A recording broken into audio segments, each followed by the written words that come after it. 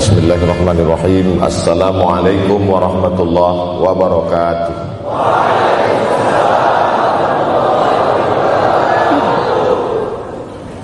Alhamdulillah wa kafa wassalatu wassalamu ala al-habibil mustafa wa ala alihi wa ashabihi ahli tuqa wal wafa. Subhanaka la ilma lana illa ma 'allamtana innaka antal alimul hakim. Rabbi shrah li sadri wa yassir li amri wahlul 'uqdatam min lisani yafqahu qawli. Yang sama-sama kita hormati bapak-bapak wakil rektor, tidak dapat saya sebutkan satu persatu, ketua takmir masjid, hadirin hadirat jamaah fardu subuh, bil khusus adik-adik mahasiswa mahasiswi, insyaallah kita semua dimuliakan Allah Subhanahu wa taala. Man shallas subha fi jama'atin, siapa yang salat subuh berjamaah, faka'annama shallal laila kullah, dapat pahala seperti salat sepanjang malam. Berarti kita sudah salat sepanjang malam, tapi tetap besok malam tahajud. Jangan karena sudah sholat subuh berjamaah lalu tidak lagi tahajud. Apalagi yang memang tak pernah tahajud, dan ini dijadikan alasan. Besok kalau ada orang membangunkan dia, bangun sholat tahajud, man shallas subha fi jama'atin faka'annama shallal laila kullah. Man shallas subha fi jama'atin, siapa yang salat subuh berjamaah, kana fi zimmatillah. Dalam hadis yang lain, siapa yang salat subuh berjamaah, maka sampai petang sampai malam nanti dia akan mendapatkan zimmatillah, tanggungan. Makna tanggungan, dipelihara, dijaga Allah zahir dan batin. Kalaupun dia mati hari itu, matinya dalam istiqamah dan husnul khatimah. Tapi dalam hadis ini cuma 3 ustaz. Idza haddatsa kadzaba, bicara dusta, wa idza wa'ada akhlafa, kalau berjanji ingkar, wa idza tumina khana, kalau diberi amanah berkhianat. Dalam hadis lain, kalau sudah terlihat orang salat subuh berjamaah, insyaallah diselamatkan dari nifaq, kemunafikan dalam hatinya. Munafik diambil dari 3 huruf nafaqa. Nafaq, panal, terowongan, 2 pintu, ada pintu masuk, ada pintu keluar, punya 2 wajah, berbeda zahir, berbeda batin. Tapi salah satu tanda adalah pada salat subuh. Mudah-mudahan Allah menyelamatkan kita dari sifat munafik. Makanya perempuan-perempuan kalau mau dapat suami yang selamat dari munafik, inilah dia pasukan salat subuh ini. Selesaikan aja dulu 8 semester.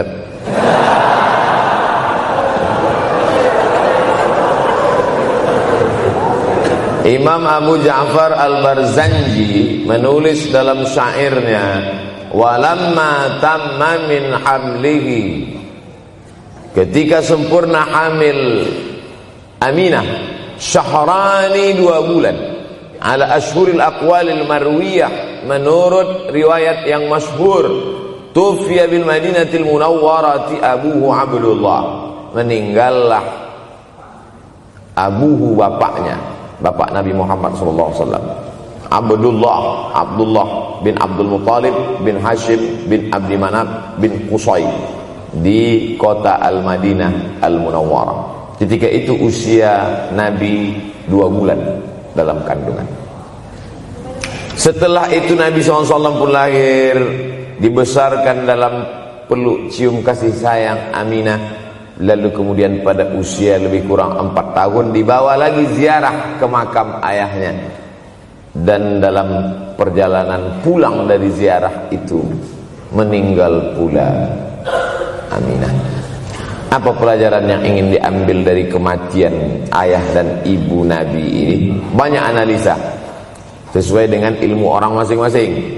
Bagi psikolog yang katanya pengaruh akal manusia itu dipengaruhi 4, maka kata mereka manusia ini berpikir itu dipengaruhi oleh pertama ayah, yang kedua ibu, yang ketiga bacaan, yang keempat lingkungan. Maka Allah ingin membersihkan Nabi Muhammad sallallahu alaihi wasallam dari 4 ini. Apakah akal Nabi Muhammad itu dipengaruhi oleh ayahnya? Tidak, karena dia tidak sempat bertemu. Apakah Nabi Muhammad SAW itu akalnya dipengaruhi oleh ibunya? Tidak, karena 4 tahun sudah meninggal dunia. Apakah Nabi Muhammad SAW itu dipengaruhi oleh bacaannya? Tidak, karena Nabi tidak bisa membaca. Walladzi ba'atsa fil ummiyina rasulan minhum. Allah yang mengutus dia kepada umat yang ummi, la yaktub wa la yaqra, tak menulis dan tidak membaca. Minhum, dan dia bagian dari mereka. Dia juga tidak bisa tulis baca. Apakah Nabi Muhammad SAW itu dipengaruhi oleh lingkungannya? Tidak, karena di lingkungannya zina begitu bebas, tipu muslihat, dan dia tetap dengan jati dirinya bergelar al-amin, orang yang paling amanah menurut para psikolog. Tapi ada analisa lain. Mengapa ayahnya meninggal ketika dia berusia 2 bulan dalam kandungan, dan belum sempat pula dia mendapatkan kasih sayang seorang ibu? Di situ pula dia meninggal dunia, ibunya saat dia berusia 4 tahun. Maka salah satu analisanya adalah Allah ingin menjaga Nabi Muhammad SAW tidak sempat durhaka pada ayah dan ibunya. Karena orang yang durhaka tak layak menjadi Rasul utusan Allah Subhanahu wa ta'ala. Makanya sehebat-hebatnya bapak Nabi Ibrahim bernama Azar. Apa kata Azar? Wa idh qala Ibrahimu li abihi Azara. Ingatlah ketika Ibrahim berkata kepada bapaknya Azar, atattakhidhu asnaman alihah. Mengapa engkau menjadikan berhala ini sebagai Tuhan, wahai bapakku Azar? Apa jawab Azar? La illam tantahi, kalau kau tidak berhenti menceramahi saya, la arjumannaka, aku lempar engkau pakai batu. Wahjurni maliya, tinggalkan aku untuk waktu yang sangat lama. Pergi sana, kata Azar. Apa jawab Nabi Ibrahim alaihissalam? Salamun alaika, selamat untukmu wahai ayahku Azar.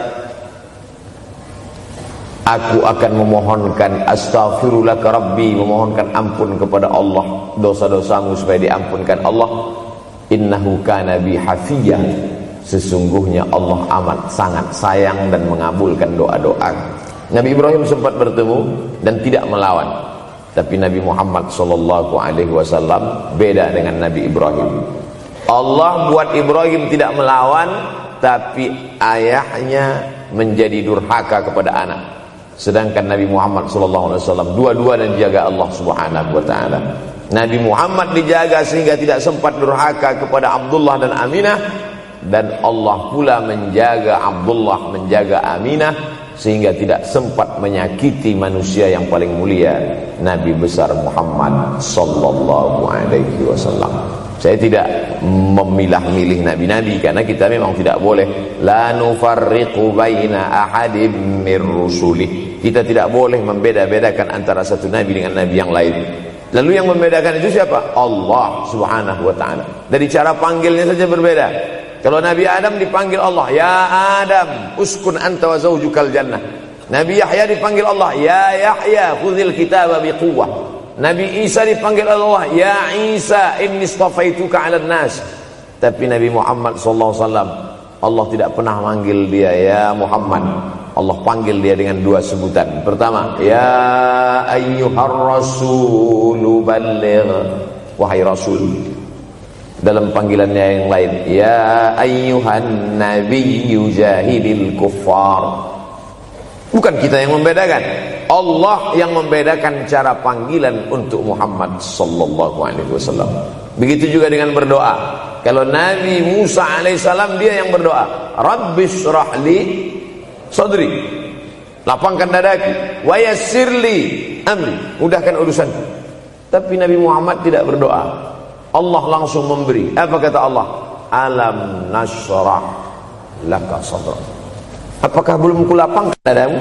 Wa rafa'na laka dzikrak, kami angkat bebanmu. Allazi anqadha dhahrak, yang membebani pundakmu. Belum dia berdoa, sudah dikabulkan Allah, karena janji Allah kepada dia, wala saufa yu'tika rabbuka fatarda, apapun yang kau mau akan kuberi. salah satu penyebab Allah memberi apa yang dimau sebelum meminta adalah kalau tidak pernah durhaka kepada orang tua. Oleh sebab itu judul yang diberikan kepada saya, Ustaz Abdul Somad, nanti tablik akbar di kampus Universitas Ahmad Dahlan. Apa temanya? Biasanya saya diberikan tema untuk anak-anak muda meraih masa depan bebas narkoba dan pacaran. Apa temanya untuk anak-anak muda? Bagaimana pokoknya. Tapi di Universitas Ahmad Dahlan saya diberi tema. Apa temanya? Birrul walidain. Masya Allah. Saya bilang alhamdulillah. Untung saya nggak dikasih tema birruz zaujatain. Artinya apa? Sehebat apapun prestasi akademikmu, kalau sampai tidak memuliakan orang tua, hampa di hadapan Allah Subhanahu wa ta'ala. Ada seorang laki-laki, kata Nabi, kalau nanti dia datang kemari minta doa sama dia karena doanya makbul. Sahabat heran, karena sahabat itu definisinya man laqiyan Nabi sallallahu alaihi wasallam wa amana bihi wa mata 'alal Islam. 3 definisi sahabat: orang yang berjumpa dengan Nabi, beriman dengan Nabi, dan matinya dalam keadaan Islam. Maka itu disebut dengan sahabat menurut ilmu hadis. Makanya ketika saya menjelaskan itu ke mahasiswa, Aisyah yang merupakan sahabat Nabi, komplain mahasiswa. Mohon maaf Ustaz keliru. Aisyah itu bukan sahabat tapi istrinya. Kita bicara ilmu hadis. Makna sahabat, man laqiyan Nabi, berjumpa dengan Nabi, wa amana bihi, beriman dengan Nabi, wa mata 'alal Islam, mati dalam keadaan Islam. Abu Lahab ketemu dengan Nabi tapi tidak beriman dengan Nabi dan mati dalam keadaan kafir, maka tidak masuk golongan sahabat. Tapi ini ada seorang laki-laki hidup sezaman dengan Nabi dan Nabi mengenal dia, dan Nabi berpesan nanti kalau dia datang ke kota Madinah minta doa dari mulutnya karena doanya dikabulkan Allah Subhanahu wa ta'ala. Sahabat heran, kami yang hidup bersama engkau, kami yang berperang bersama engkau, kami yang sholat di Masjid Nabawi bersama engkau, kenapa doa dia lebih makbul daripada kami? Malah kami meminta doa dari mulut dia. Tapi tidak boleh membantah dan melawan Nabi. Pokoknya nanti kalau dia datang kemari minta doa kepada dia. Setelah Nabi Muhammad SAW meninggal dunia, laki-laki itu pun sampai ke kota Madinah, berjumpa dengan sahabat. Sesuai dengan yang dijanjikan Nabi, mereka pun meminta doa kepada dia. Namanya Uwais Al-Qarni. Makanya Uwais Al-Qarni tidak ada masuk dalam buku biografi sahabat. Kalau mau mencari biografi sahabat Nabi, buka kitab namanya Al-Isabah fi Tamyizis Sahabah, atau baca juga Usudul Ghabah fi Ma'rifatis Sahabah, atau baca juga Al-Isti'ab fi Ma'rifatil Ashab. Itu memang buku biografi isinya sahabat Nabi semua. Sahabat Nabi klasifikasi. Yang pertama, Al-Ashra Al-Mubashsharuna bil Jannah, 10 sahabat yang dijamin masuk surga. Level kedua, sahabat Nabi yang ikut perang Badar. Berikutnya, sahabat Nabi yang masuk Islam sebelum hijrah. Berikutnya, barulah ujung sahabat Nabi masuk Islamnya setelah hijrah, setelah Islam kuat, barulah dia masuk Islam.